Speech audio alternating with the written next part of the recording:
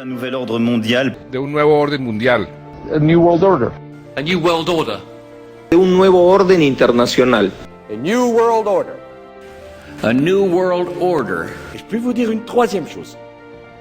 On ira ensemble vers ce nouvel ordre mondial. Et personne, je dis bien, personne ne pourra s'y opposer.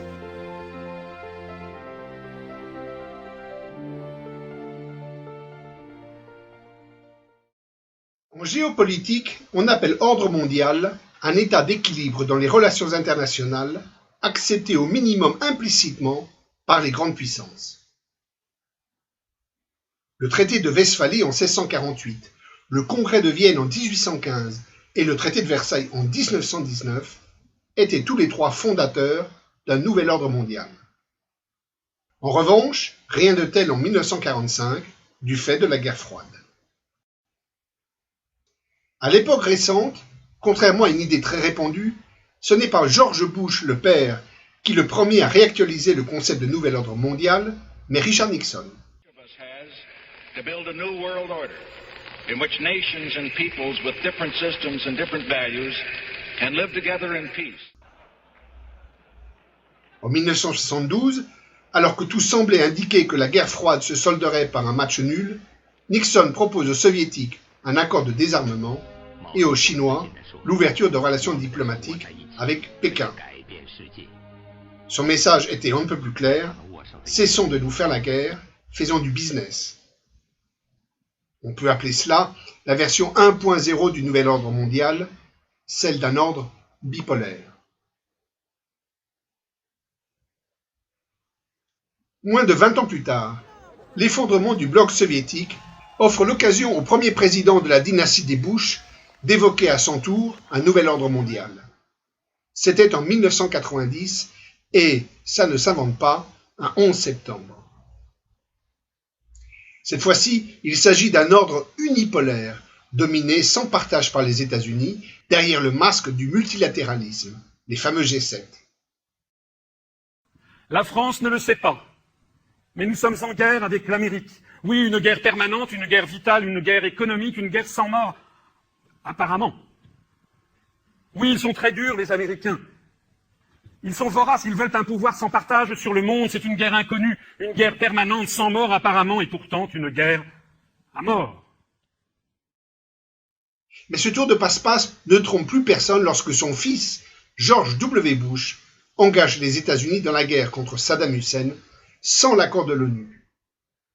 Dans l'intervalle, la Russie dirigée par Poutine était revenue sur le devant de la scène grâce à la manne pétrolière. Et en 2009, a lieu le premier sommet des BRICS. Excite le nouvel ordre mondial 2.0, place au désordre, place au choc des civilisations.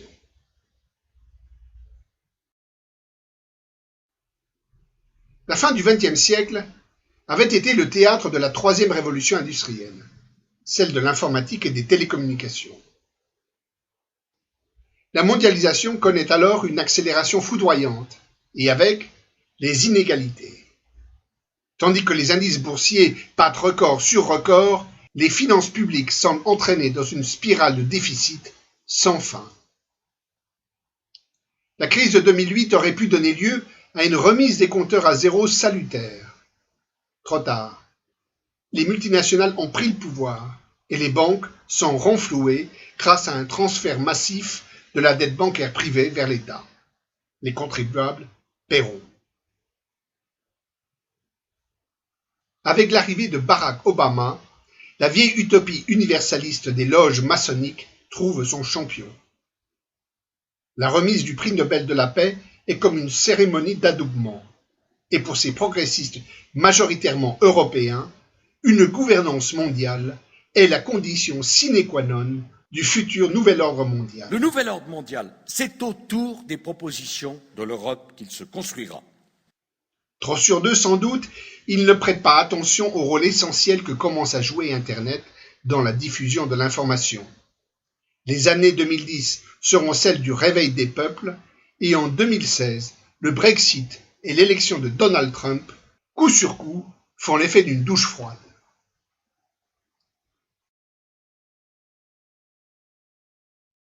Examinons maintenant les tenants et les aboutissants de cette gouvernance mondiale.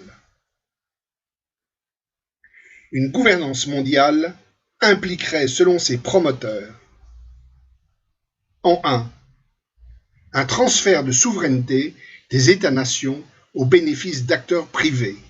Et l'urgence, c'est qu'il va falloir finir par tomber d'accord pour dire les souverainetés nationales ont dépassé leur stade d'efficacité, elles entrent dans la période de la nuisance. Il faut bien aller jusqu'au bout, il faut que les opinions publiques, notamment le seul milieu humain qui connaisse quelque chose au monde extérieur, c'est vous les patrons. Vous n'avez pas de substitut, vous êtes la seule expertise par rapport au pouvoir en connaissance du monde extérieur à ce qui s'y passe.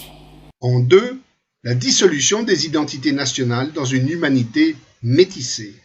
Quel est l'objectif? Ça va faire parler, mais l'objectif, c'est relever le défi du métissage. Défi du métissage que nous adresse le XXIe siècle. Ce n'est pas un choix, c'est une obligation, c'est un impératif. On ne peut pas faire autrement. En 3, l'élimination de toutes les entraves au marché. L'Union européenne et le Canada ont officiellement signé leur accord de libre-échange ce dimanche à Bruxelles.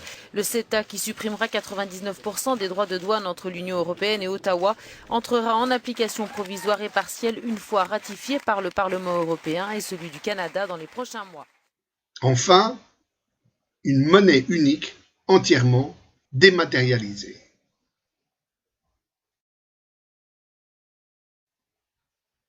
Ses partisans sont, en 1, les milieux d'affaires occidentaux, en 2, les partis politiques non populistes pro-européens, en 3, les médias d'information et le monde du spectacle, en 4, les loges maçonniques, et enfin, comme chacun y voit midi à sa porte, les ONG droits de l'hommistes et les écologistes de gouvernement. Leurs arguments théoriques sont les suivants. En 1, la garantie qu'il n'y aura plus de guerre. En 2, la nécessité de relever les grands défis écologiques du XXIe siècle. Pour résoudre les grands problèmes d'environnement, et Barack Obama est engagé sur ces questions d'environnement, il veut signer le protocole de Kyoto, eh bien nous avons besoin de cette gouvernance mondiale. En 3, l'efficience du marché et la théorie du ruissellement, qui fonde la supériorité du libéralisme sur toute autre forme d'organisation de l'économie. Taxes on the rich, they produce jobs for the poor and the middle class, and the poor become the middle class, and the middle class become the rich. That's what America is about. We are not a socialist country. En 4, la fin des religions.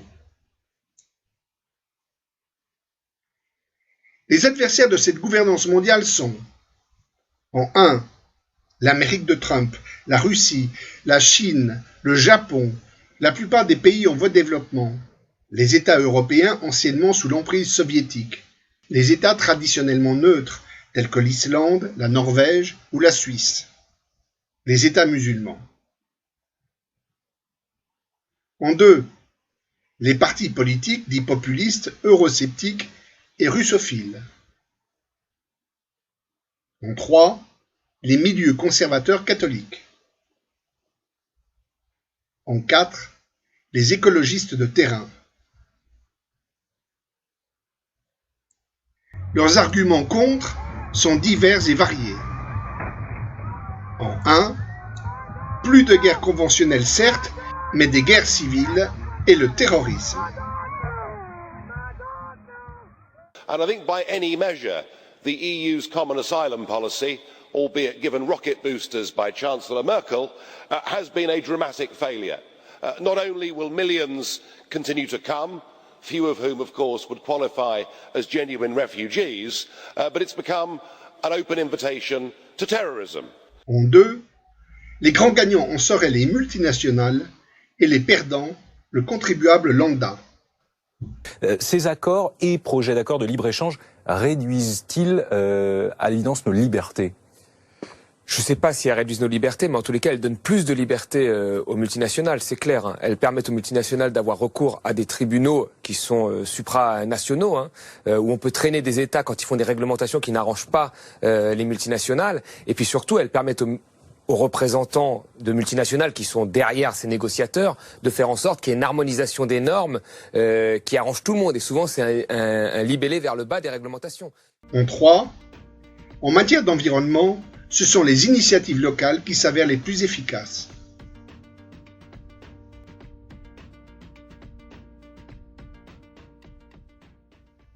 En 4, un gouvernement mondial serait irréversible et forcément antidémocratique. On l'a vu avec l'Europe, qui n'est rien d'autre que son banc d'essai. Encore une question dans le public, oui ? Bonsoir.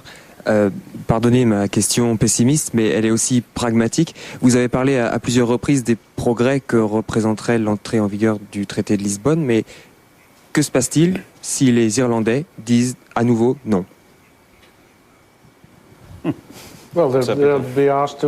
Eh bien, on leur reposera la question une troisième fois, jusqu'à ce qu'ils disent oui. Non, mais c'est ça le problème. Devant tout ce beau monde, la commissaire européenne va être très claire. Selon elle, si l'Europe veut exister et sortir de la crise, les nations doivent obéir à Bruxelles. Il faut lentement mais sûrement comprendre qu'il n'y a plus de politique intérieure nationale. Il n'y a plus que des politiques européennes qui sont partagées dans une souveraineté commune. Conclusion. Pour ou contre, c'est à chacun de se faire sa propre opinion. Il n'en reste pas moins vrai qu'une dernière question interpelle. Les promoteurs de la gouvernance mondiale avancent masqués au sein d'organisations très discrètes comme le groupe du Bilderberg. Pourquoi ? Que savez-vous de l'organisation mondiale Bilderberg, moi je n'en avais jamais entendu parler, qui réunit chaque année les personnages les plus influents du monde. Vous connaissez ça, vous ? Non.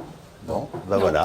Je connais Davos, bilan direct, je connais la Bilderberg. Tricontinentale, je connais Davos, mais je connais pas... Mais en tout cas, je ne connais pas du tout cette organisation, donc j'en dirai rien sur C'est peut-être une invention d'un téléspectateur qui vous voulez vérifier qu'on le teste.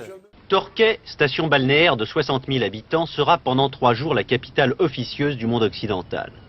Pour sa 25e rencontre, le groupe de Bilderberg doit, selon la déclaration faite à TF1 par l'ancien Premier ministre britannique Sir Alec Douglas-Home, étudier les problèmes économiques de l'Occident. C'est la première fois que cette organisation, jusque-là très secrète, donne une indication, aussi minime soit-elle, sur son ordre du jour. Et pourtant, bien des rumeurs ont couru depuis 2 ans sur son rôle réel dans la direction des affaires du monde. L'un des membres du groupe a dit par exemple « C'est au cours d'une de nos réunions, dans le courant des années 50, qu'est née l'idée du traité de Rome. » La liste de ceux qui ont été sélectionnés par le comité directeur pour participer à l'une ou à l'autre des rencontres, du genre de celle qui aura lieu à l'Imperial Hotel de Torquay, inclut presque tous les chefs d'État ou de gouvernement du monde occidental. À quoi sert le groupe de Bilderberg ? S'agit-il simplement d'un forum où les grands du monde occidental se retrouvent pour échanger leurs idées et éviter entre eux tout malentendu ? Ou bien est-ce un lieu de rencontre où l'on élabore des décisions qui engagent l'avenir du monde occidental ? Cela dans le secret et en dehors des procédures normales. TF1 à l'Imperial Hotel, Torquay. Attended the Bilderberg meeting in St. Moritz. Vuoi del Bilderberg, vuoi della trilaterale. Se cooptent à la commission trilatérale, on les retrouve au Bilderberg et on les... Ce fameux groupe de Bilderberg, il existe. Absolument, c'est pas forcément un complot, ils n'ont pas besoin de comploter, ils ont le pouvoir. Ce que m'a dit un jour François Fillon, je lui ai dit mais pourquoi tu vas au groupe Bilderberg ? Parce qu'il est rentré, il a été agréé par le groupe Bilderberg, de même que son ami Alain Juppé l'année d'après. Il vous a répondu quoi ? Et il m'a répondu, incroyable la réponse, il m'a dit que veux-tu, c'est eux qui nous gouvernent. Voilà. Et le doute grandira si les Français ont le sentiment qu'on leur cache quelque chose.